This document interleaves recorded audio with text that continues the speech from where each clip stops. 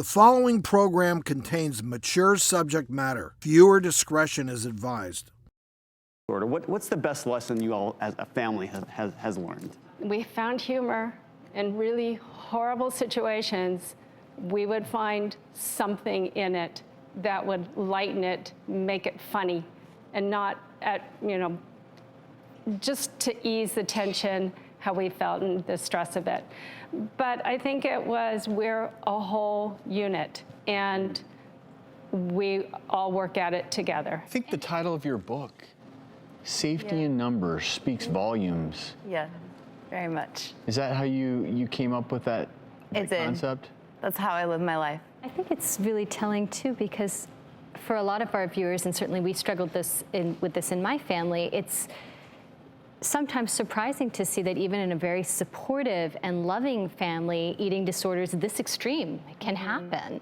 And I'm just blown away at how well all of you have come through this, because I lost my sister-in-law to anorexia, and it tore our family apart. I mean, it was a horrible, devastating loss, and I really applaud you for everything you've done. And it's not easy. It is safety in numbers. For anybody at home, we have to remember that anorexia is the most lethal diagnosis in mental health.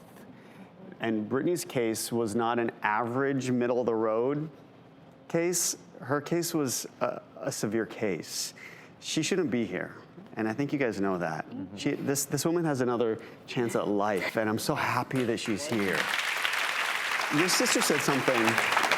It's polarized thinking, all or nothing thinking in cognitive behavioral therapy, which works wonders. Do you know this? Probably. Watch out for perfectionism and polarized thinking. Yeah. We see this a lot, especially in anorexia. If you are the kind of person who thinks if it's not perfect, it's a failure. If it's not an A+, it's a failure. If an A- might as well be an F.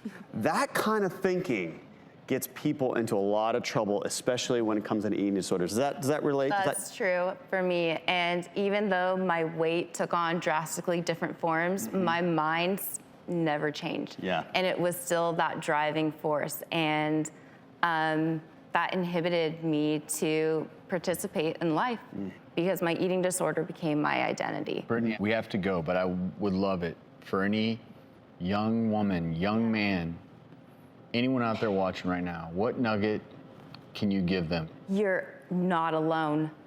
That's the biggest thing for me, that I realized you're not alone. This is not your fault. It wasn't your choice. There is support, and you absolutely can get better and turn your life around. Shining example. Brittany, we're so proud of you. I want to thank your family so much. Not only for being here, but being such a great support network.